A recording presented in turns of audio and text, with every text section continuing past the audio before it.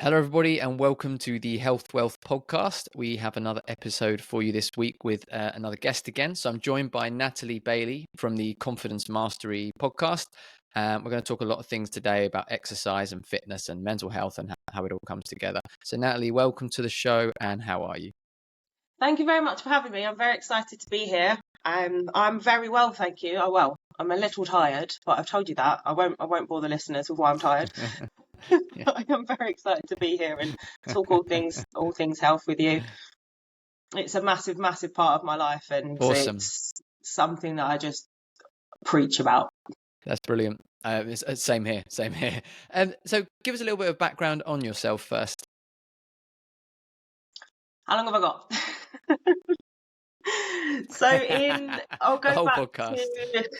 I'll go back to in 2011. I quit my job in London and got on a plane and went to Magaluf, as you do.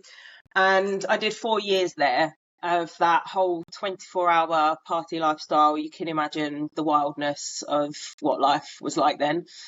And I used to think that I was happy, but a lot of it was just masking, like being lonely, low self-esteem, confidence, and all of that came with it, with being around the kinds of people that are just there because you've got access to something. Like, they're not your real friends. So things really turned around and changed in 4 years after 2011. My math skills are not on point today. I had 4 hours sleep, which I do not recommend, by the way, for listeners. Sleep's very important. No. And a lot of my friends were I use the word friends loosely, we're not around the best kind of crowd. So a lot of people got arrested, and I had to call one of my friends, he was one of my genuine friends, his mum, and tell her that her son had been arrested again. So it was actually at that moment that I thought, I can't do that to my mum. If I carry on living a life like this, and I could have ended up in the hospital dead, like you just don't know. So I realised that something really had to change. And whilst I looked good because I danced every night, that was my exercise. Me being me, I thought, what's the complete opposite of the way I'm living now? How can I be totally different to this? And so I went and retrained as a personal trainer, as you do. And then came back to Mallorca and faced a lot of like criticism and judgment from people, because they were just like, what, you're going to be a PT, like, you really? And that kind of gave me that big fuck you. Sorry, I swear a lot. Is that okay? It's okay. Yeah. Okay. You never know. I should have asked before. To go watch me, like, I'll show you. And so I spent a long time getting myself out there, trying to understand marketing, going around to all of the gyms, running classes, doing one-to-ones, and then eventually started running a gym with my then business partner, which was a boxing gym. And the people I met through that helped me to see how much of a difference it makes when you spend time with the right kind of people. Like, the people that I meet in the gym are the best kind of people, because they're all there. Everybody that's in the gym is there for a similar purpose. They want to be better. They want to be stronger. They want to be healthier and live a better life. And I find that the healthier people are the wealthier people. And that's why I was so drawn to talking to you, because our phrase, if you like, and the topics we cover at Gold Star are health, wealth, and happiness. And I think that that's, like, I call it the triangle of life. So that was my journey from complete mad wild child to running a boxing gym in Magaluf. And now I do property development with my mum, which is completely different to what I used to do. I don't run the gym anymore. Host the Confidence Mastery podcast, I do public speaking, host an annual retreat, do a mastermind, quite a few other things as well. That's amazing. That is quite a story. Definitely, there's quite a lot to that. You obviously you spoke about how you got into fitness, and obviously that would have helped your physical health. How did you find that helped your mental health as well? Oh, it does absolute wonders. So when I did my PT training, I also did the exercise referral diploma so I'm able to help people with certain medical conditions. And one of those is depression. And exercise should be prescribed for depression. And that is something I have battled with on and off for quite a long time. And I find that if I'm not in the gym, like thinking about when the gyms were closed, all of the things around that and not being able to go and lift something heavy. I was leg pressing the sofa at one point because you couldn't get out. And it makes such a difference to your mental health, like the happiness that comes from it, the endorphin rush and the dopamine hits. It's not just that, it's that challenge of what can I do more now that gives you a stronger mindset, gives you more discipline, gives you a sense of accomplishment and makes you proud. I really admire the physique of people who work out because I know what hard work goes into it. So for me, the mental health side of it is actually as important as the physical side, because without it, you know, your body, brain, mind, soul, it's all connected, physical, mental, spiritual. And the more exercise I do, the happier I get, apart from when I run. Yeah, absolutely. It's so important. It's you know, as well as just people's experiences, there's sciences there as well to show how much of a difference exercise makes to mental health. And like you say, for depression, exercise should absolutely be prescribed for it. It makes a huge difference to it and can completely change everything for you. And unfortunately, nowadays people don't get enough exercise, do they? I think 1 in 3 kids, as well as 1 in 3 adults, are active, and that's it. So two-thirds of adults and children are not getting enough I of the just basic can't activity, which is understand. really, really It is sad. really bad. It's really serious. Our bodies weren't made to sit on the sofa or sit at a desk all day. If I've not left the house and at least been for a walk, I'm like, what is the point of my life?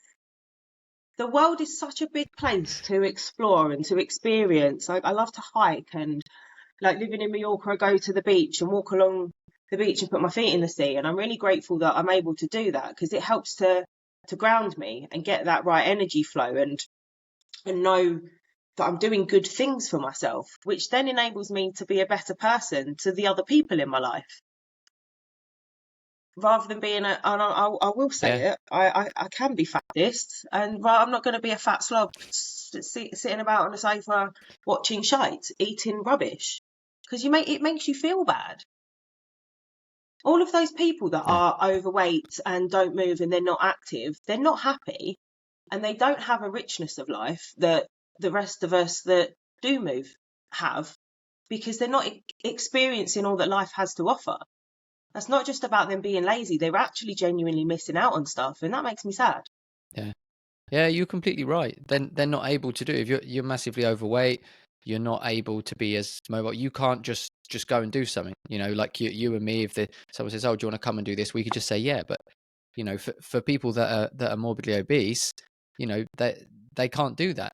And like you say, they are missing out on so much. And the more you eat bad and don't exercise, the worse you feel, and the less you feel like doing it. And it's harder and harder. If you can just start doing it, and I'm sure you found this as well. Once you start, then you have that positive feedback loop, and it makes you want to do more. It's the starting's the hardest part, isn't it? Definitely. And it's the same as getting out of a routine.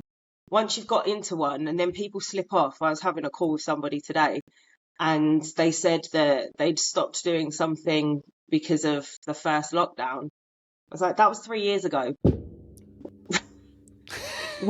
What's your excuse now? So we unpicked that. And for me, if I'm like more than 3 days out of something, it feel harder on the fourth day to go back in. But that's why I have goals with deadlines, and I always urge people to have goals and deadlines. And you know, it can be just fitness for life and longevity and wanting to feel good and feel better, but those things aren't always measurable. That's why having some attachment to a goal will help you to have the discipline to do it. So people often say to me, how are you so motivated to go to the gym every day? I'm like, I'm not. I'm really not. Do you think I wanted to go back to the Stairmaster and do 45 minutes today? No. But I'm disciplined to do it because I've got a goal. And without that goal and that deadline, and I know we've got Christmas in between now and that photo shoot on the beach, because I'm being vain on it this time, and there's no drive to keep you going. You know, I've trained before to get as strong as I possibly can. At the moment, it's purely aesthetics, and then we'll go back to something else and something new. And what else can I do? Handstands. Like I love the stuff like that, and doing different things and really experiencing all that life has to offer. And like you're saying there, like morbidly obese people, they can't just go and do things. There's a mountain behind my house that I like to go up on a Sunday if I'm not going to do another hike somewhere. Only in winter, it's too hot in summer here. And the last time I went up that one, I did it in 45 minutes up and then 45 minutes down, and it usually takes me about an hour. And that was after doing an hour on the Stairmaster. So I was pretty impressed with myself. And the views at the top are absolutely phenomenal. Did I really want to go and do it? No, but I know the views are worth it. So it's really, that's what wealth is. That's what I believe wealth to be. Like having those experiences, not just all about the money that you have, it's the experiences that you have. And the healthier you can be, the wealthier your life will be. So that was a long-winded answer to that. I like to talk. Yeah. Yeah, I completely agree. Health is wealth. That's what we say on here. Like, you know, even if you had all the money, but you don't have your health, you can't even properly enjoy the money you've got. So you know, you need to have your health, and obviously, if you can have health and money, perfect. But you know, if you don't have your health, you don't have that much really. And you summed it up perfectly there, where you said about people ask how you're motivated, and you say you're not, but you have the discipline. That's the key. People rely too much on motivation. That's why they only last 2-3 weeks. You know, 2-3 weeks of January coming up soon. People will be motivated for 3 weeks, but after that, they'll give up, because it's not about motivation, it's about discipline. Motivation comes and goes, but as you say, discipline is definitely the best way, and using the goals. I know you've got, so your current goal at the moment, obviously you said you've got that photo shoot coming up, but talk to us about you're putting yourself through quite a challenge at the moment in terms of exercise, so let us know what that is. Oh God, it's December. I love to lift weights. I'm in my happy place in the gym. Like, give me a weight. Like, I look at a weight and I put muscle on. That's just what it is, and I love to do that. I'm not a fan of cardio. It's a kind of love-hate relationship with the Stairmaster when you're on a cut. But the worst kind of exercise for me is running. I fucking hate running. I don't just hate it. It's boring. It's monotonous. I don't enjoy it. It's bad for your knees. It's bad for your face. And to all the runners out there, keep running. But every December I do this challenge, and you run 5 kilometers, 3 miles, or 25 minutes as a minimum every single day in December. And there's this massive group of people that originated in Scotland, and it's just a great group to be in, and the banter's incredible and the support's incredible. So last year I decided to take it a step further and got friends and small businesses to sponsor me with a t-shirt with their logo on it. So I had that extra accountability of going out and doing the run and making videos. So that turned into me finding slides to go down like a big kid. And this year, it's exactly the same thing that I'm doing, but I did the bare minimum 25 minutes last year. So now I'm doing 5 kilometers every day, finding different slides to go down, taking videos of myself on how much I hate running. I've got a YouTube playlist called Natalie Hates Running, where you'll find every day's reel. And I do it because it's hard, because I don't enjoy it. And that might sound a bit sadistic, and it is, but doing the hard things is what gets you the greatest results. So I can go and lift weights for hours. That to me is easy. It's the same way as people think that, because they go to the gym, they can eat what they want. But actually, the hard bit is getting the right nutrition. So I put myself through this run 5K every single day, yes, including Christmas Day. I do it because it teaches me something. It demonstrates the discipline. It demonstrates that we can all do more than we are capable, that we think that we're capable of. If I can do that, I mean, you can do anything. You'll find my videos and you'll see just how much I hate it. They dubbed me Miss Monathon last year because of how much I complain. I'm not usually one to complain. I'm quite positive. But it's good entertainment for people. It keeps me accountable. And it's just that extra bit in December where everybody goes mad and gluttonous. And I don't like that. I think that oh, fuck it is Christmas excuse, that's something I would have done 10 years ago. And I'm at a different place in my life right now. I don't need a dessert every day or a mince pie. I don't like them anyway. Or like chocolates. Why is it always chocolate that is given at this time of year? I don't want it. I'll take the champagne, but I don't want the chocolate. And it's that gluttonous attitude around this time of year that again makes me think, what's the complete opposite of what I can do? So I've got my weights, my Stairmaster, my walking, my 5 kilometers a day, and at the minute I'm in the middle of an 84-hour fast. Nice. Yeah, that's definitely the opposite of what everyone else is doing in December. That's what they'll be trying to do in January, pack it all in before giving up. So no, you're doing it in December well ahead of time. They're taking up the space in the gym for those of us who, I mean, I admire people for trying, but just bloody stick to it. Come on. It's not that difficult. Yeah. This is the thing. I think people find excuses. I haven't got the time, or that's usually the one. I haven't got the energy. But the more you move, the more energy you have. And even immediately after a workout, now sometimes I'm literally like, I can't even move. But most of the time, you are energized after you've trained, after you've worked out. And apart from when I stop running, I'm like, that's over. Never again until tomorrow. And it gives you more energy, it gives you more focus, more brain power, enabling you to function better as a human being, have better relationships, and build better businesses. Yeah, absolutely. There's science behind all that as well, that when you exercise, it gets your body going, it gives you more energy, your body starts producing more energy itself once it sees that you're exercising. And I don't exercise huge amounts, but I always like to do mine in the morning first thing. So I think first thing in the morning you do it, and then you have a much better day.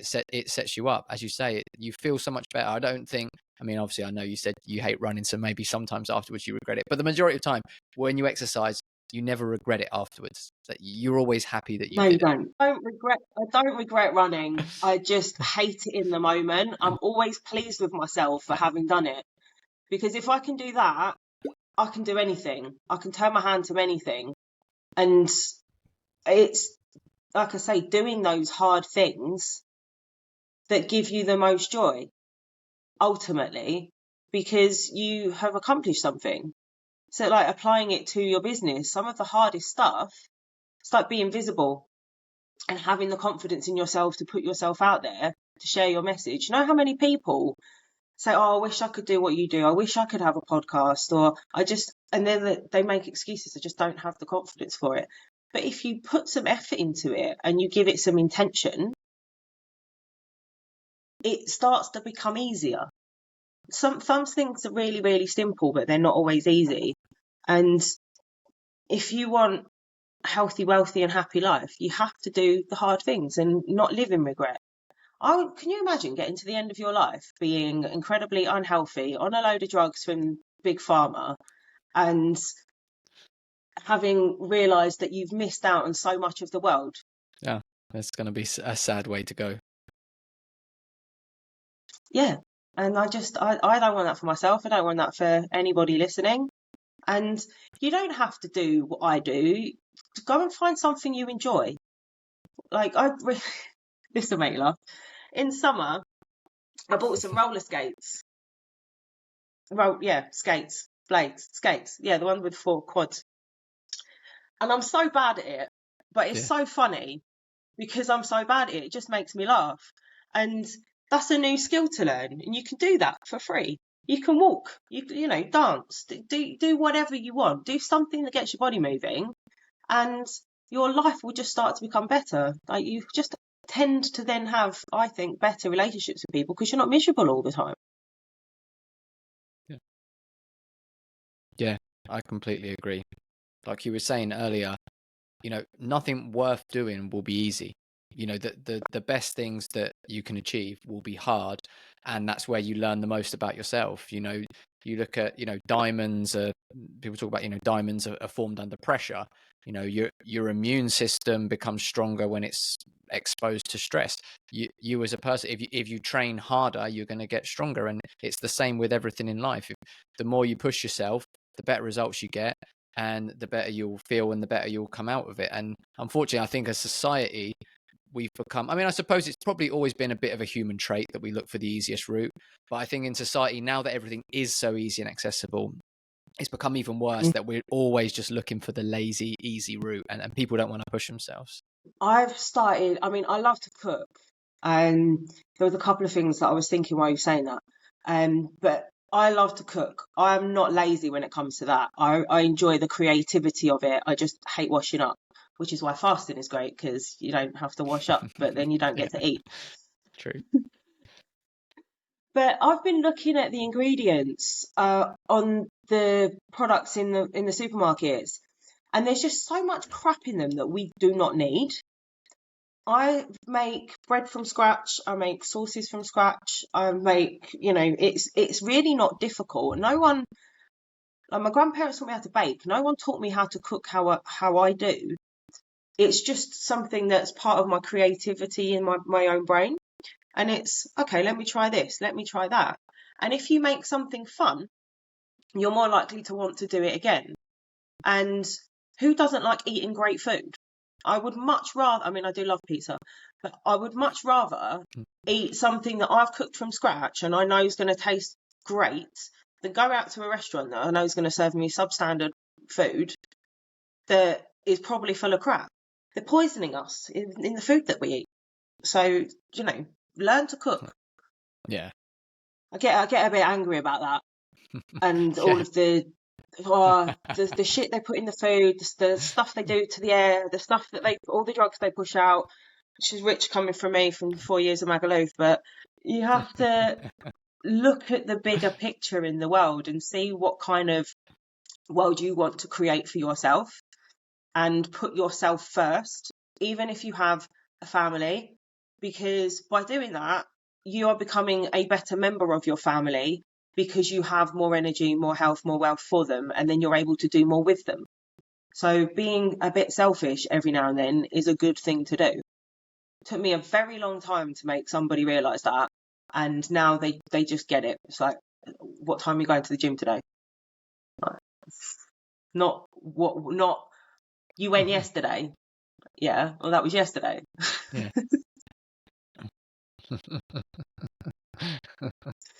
Yeah, you're completely right. On that And as well. you know, as a, you know, I've go on, sorry, you go. No. Okay. Yeah, I was just going to say, you know, as a, you know, I've got 2 kids. I'm a dad, and you're completely right that sometimes you have to be selfish. If I was to say, oh, put all my time into them and let my own health go, I'm not going to be as good a dad to them as I could be if I took some time to make sure that I'm the best version of me I can be, and then I can be a better dad, I can be a better husband. And you're absolutely right, and people do forget that sometimes, that, you know, you want to be in the position that you can be the best version of you for them.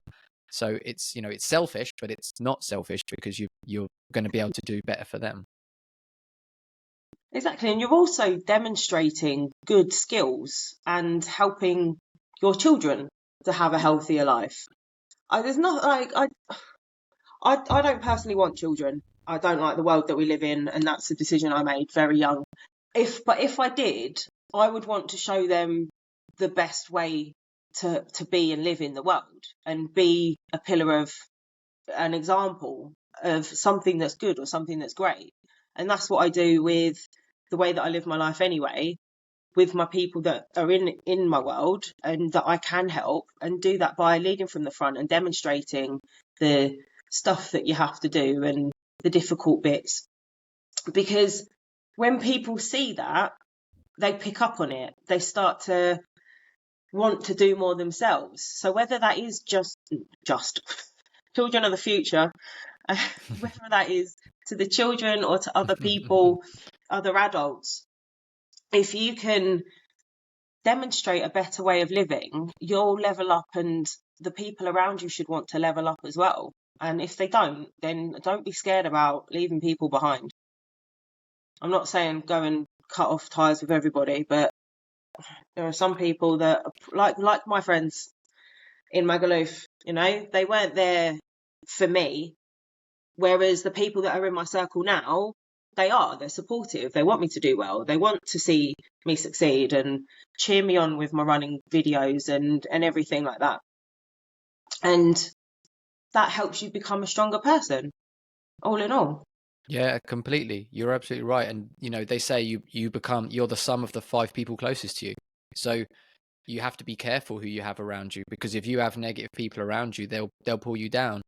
Same. I've cut people out of my life because they were just bad. They weren't good for me, and so I got rid of them. Mm-hmm.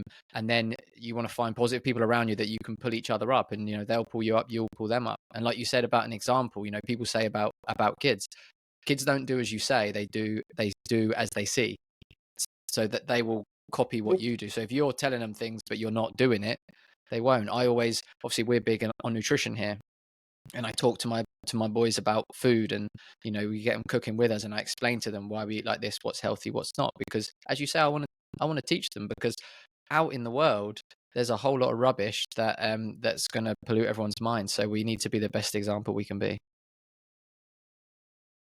Definitely. And that's why podcasts like this are so important, to get the message out to people as well, who might be on the cusp of how do I make a change? It's just taking that first step and doing one thing at a time.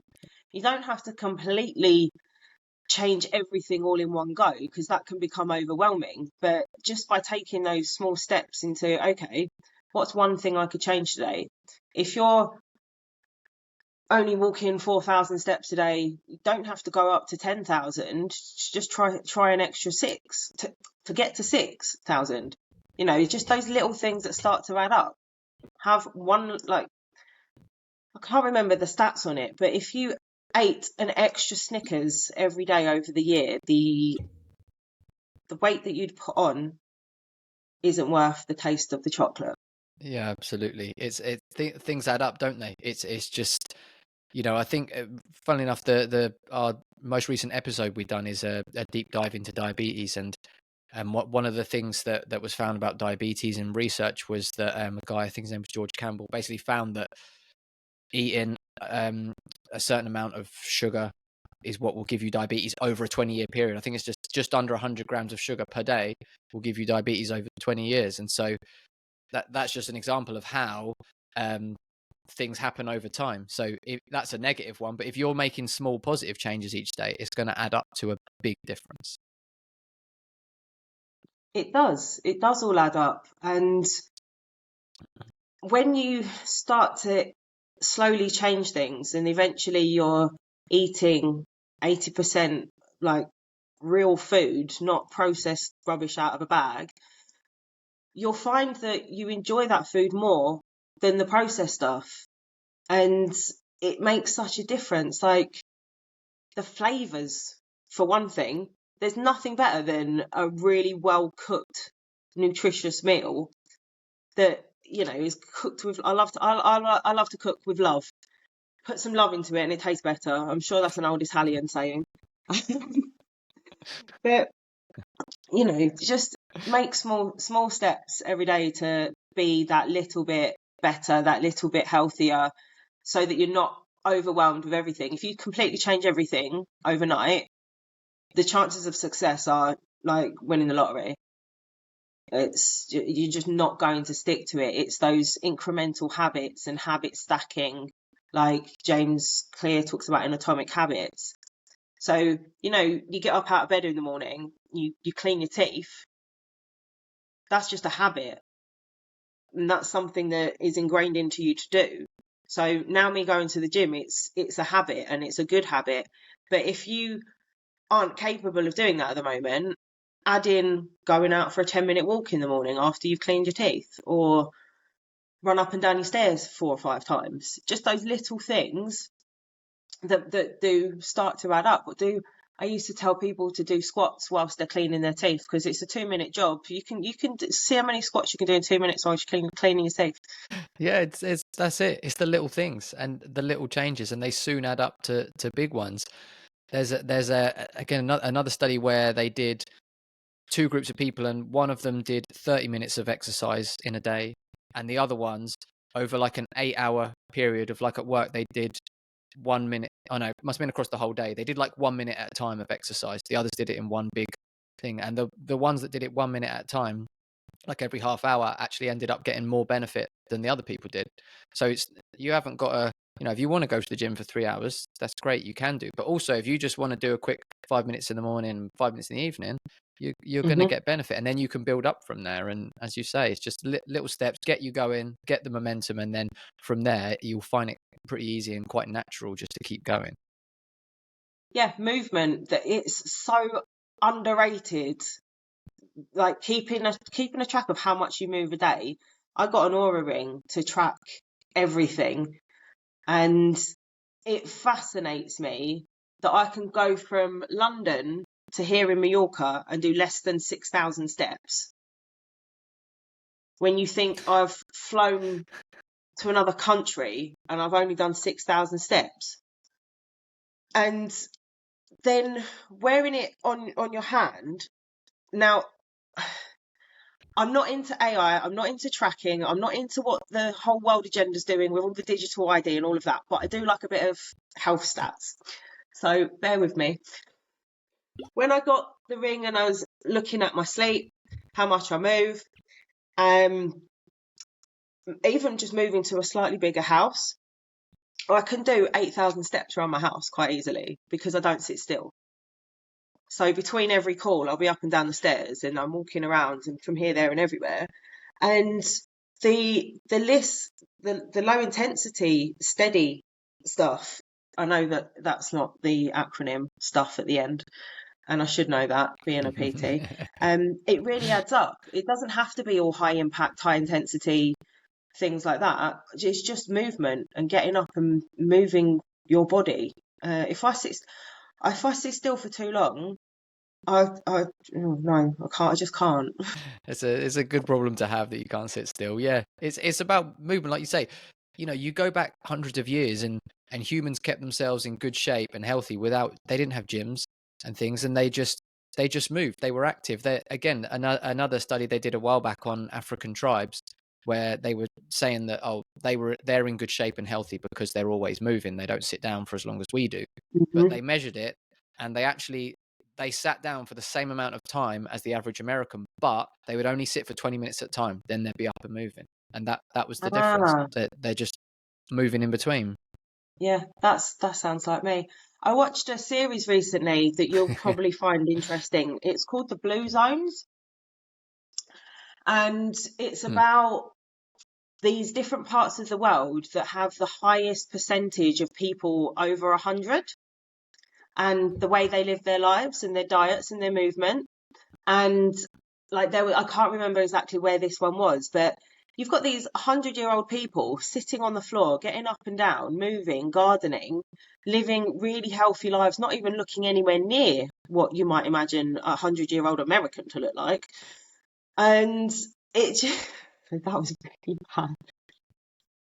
And it was just fascinating. I'd really recommend having a look for that one, because it talked about the different kinds of nutrition. There was one in Greece, and they drink wine, and the way that they make it, there's none of the extra chemicals that your bog standard place will use now, and they use the same process that they used 100 years ago. And it's just amazing. And that's all because they look after what they eat, they have good relationships, like as in they look after each other and they move. There was one village that it Yeah. was so hilly that they just from walking around during the day, that's how people kept fit. It's incredible. Really Yeah. great. The blue Yeah. zone or zones. Yeah, Yeah, I I binge haven't watched watched that that on the one. Stairmaster. I'll look it up and watch it. But I know a bit about the Blue Zones from being into diet and nutrition, and you actually mentioned it there. One of the main things they actually have in common is really good community, which is lacking in a Mm. lot of the world. They have a really great, loving community, supportive families, and that makes a difference to longevity. People might think it's just about diet and exercise, but things like that make a big difference. And as you said, they're doing everything traditionally. There's no processed stuff from the supermarket. Their food, they're growing their food themselves or raising their animals themselves, and it's just all natural as humans should do. And guess what? They live longer and they're healthy. So maybe they're doing something right. And they're much happier. They are so much happier Mm. because they haven't been drugged by sugar and everything else and technology and all of that nonsense. But I think, I don't think, I know that community is so important. Like loneliness genuinely kills people, not through like just suicide or that kind of thing, which is awful.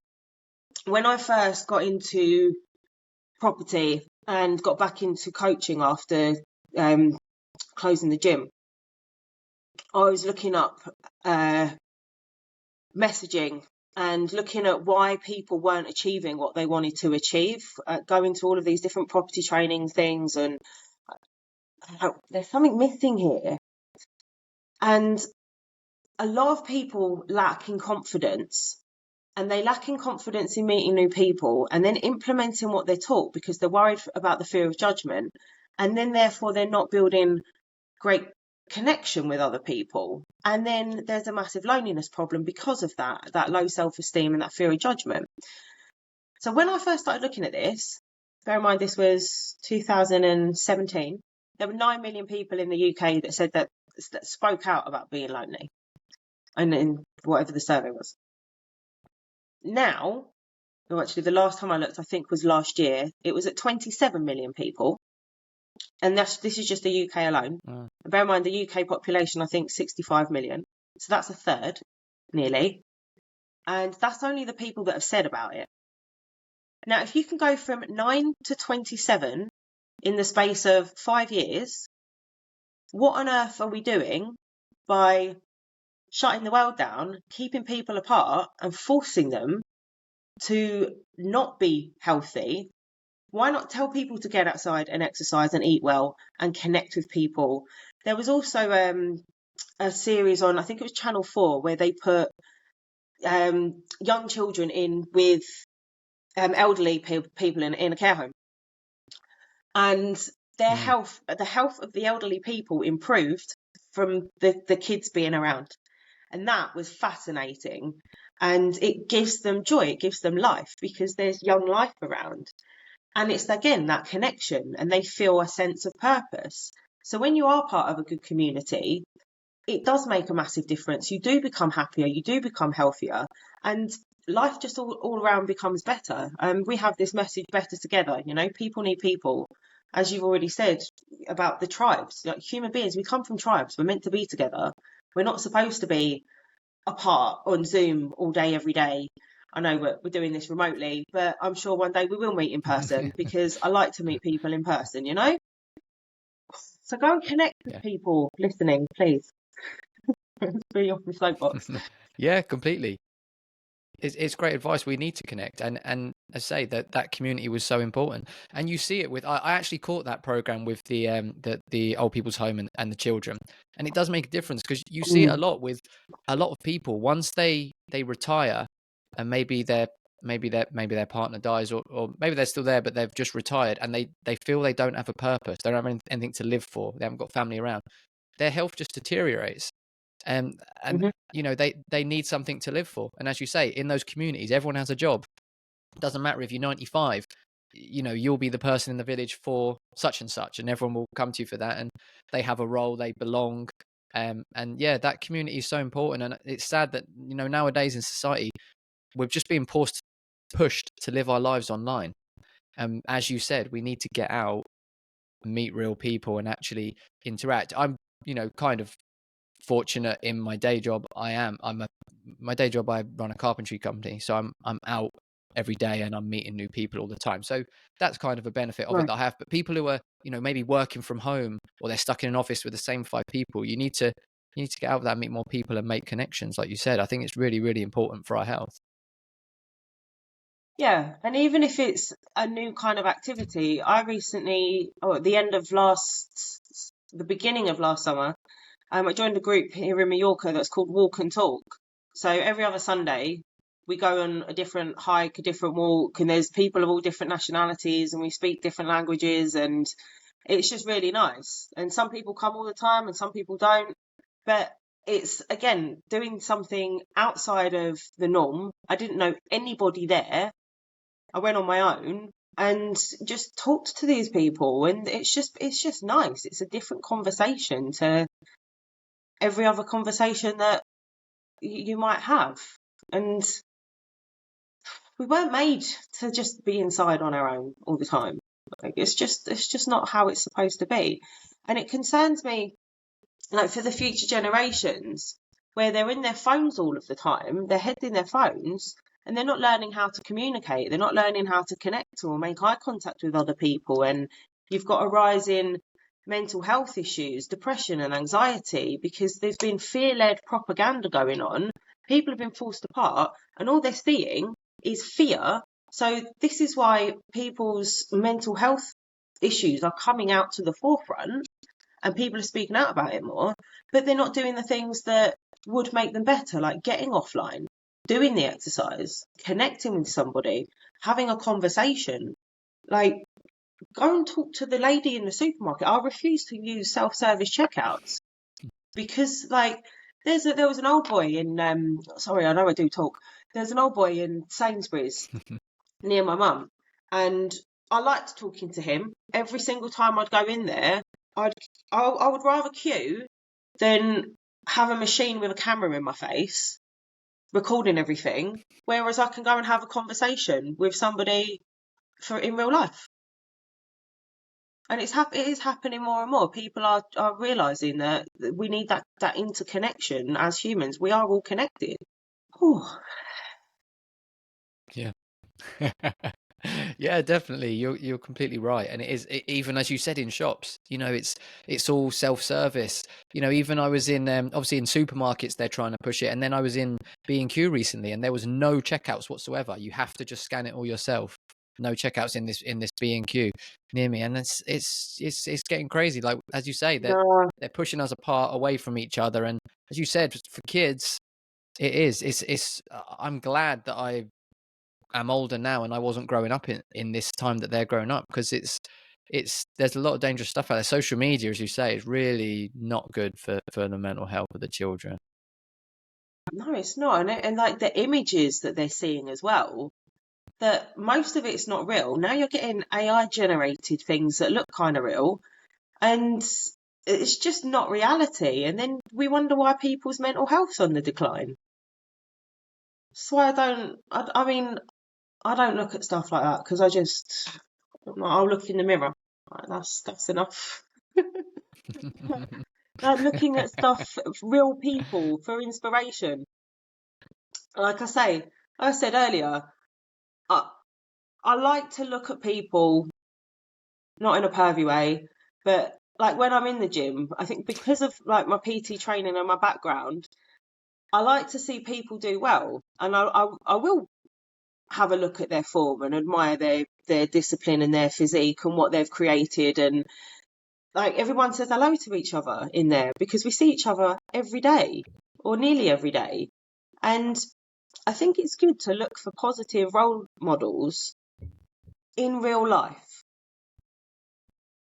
So at the gym, at a dance class, ice skating, I don't know, hockey, go join the athletics club, running clubs, park runs, people who love to run, they'll run together.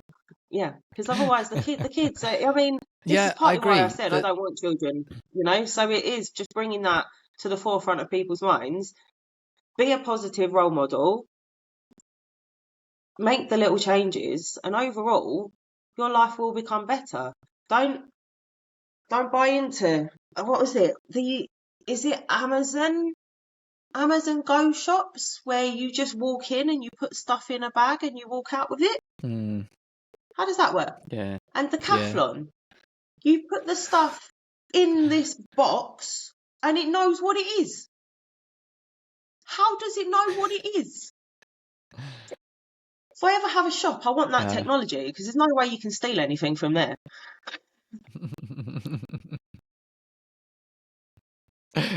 That's true.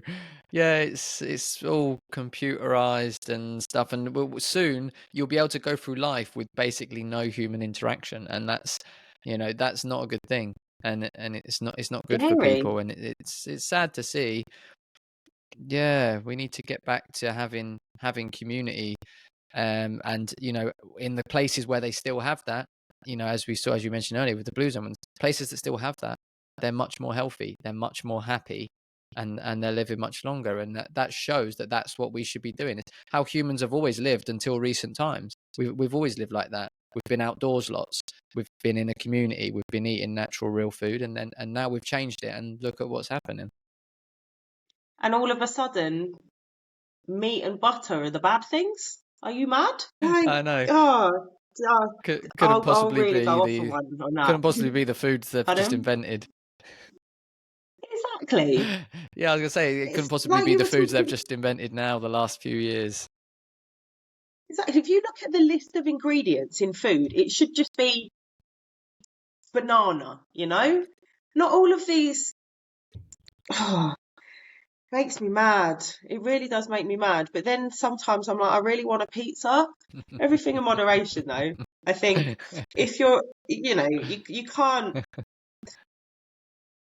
necessarily go through life without having a bag of crisps every now and then. But on the whole, life's so much more exciting outside of a box. Yeah, I agree completely. And I think if the word you used earlier as well, discipline, if you're disciplined with your life and with your health, you can treat yourself sometimes because you're disciplined. For people that aren't disciplined, a treat turns into 3 months of binging, and that's not the same thing. Mhm. I don't believe in calling food good or bad, or calling stuff like cake or chocolates a treat, because it's not. And actually, exercise and good nutrition is a treat for your body and your mind. But that piece of cake is not a treat. It's something that you're choosing to eat at that moment in time. And if you enjoy it, great. I try to put a different spin on that, because I think it Yeah. embeds some bad habits and bad behaviors, or rather habits that don't serve us, as opposed to bad. Because when you label things as bad, it can confuse the brain, and that's where you can get this dissonance going on, and you're thinking, I want that, but it's bad for me, but it's really nice. And then you have this internal monologue going on, and you end up in a cycle of feeling bad for eating the bad things that you've already labeled as bad, but then you told yourself it was a treat. But you've gone through this internal monologue of justifying eating it, then feeling bad for eating it, and then carrying on, like you say, for the next 3 months in a binge. Like, just eat it and then go back to eating well. It's just do that. Like, to be honest, That's it. Much I simpler. can't buy a pack of biscuits. If I buy a pack of biscuits, I'll eat the whole pack, because I really like biscuits. And do you know why? Because they're so full of sugar. They're so addictive. Sugar is more addictive than cocaine. So I like it when you can buy the little packs, or the packs that the hotels have, and they've only got two. Then I'm all right, because I know there's no more there. I don't have discipline around biscuits, so there is something for you. I'm not Mrs. Holier Than Thou. Yeah, you're completely right. Sugar is addictive, and that's why for some people they have to completely abstain from stuff like that, because for some people it will just one bit and it's, that's it for them. They've got to abstain. Other people can, they can have it in moderation and moderate themselves. But yeah, it's that's why they put it in all the food, because it gets us addicted. It sets off the brain, as you said, more than cocaine and heroin does. The dopamine going, and we want more and more. So yeah, it's something we have to be careful of, and brings it back to what you said earlier. Just a simple change, like you're cooking your food yourself.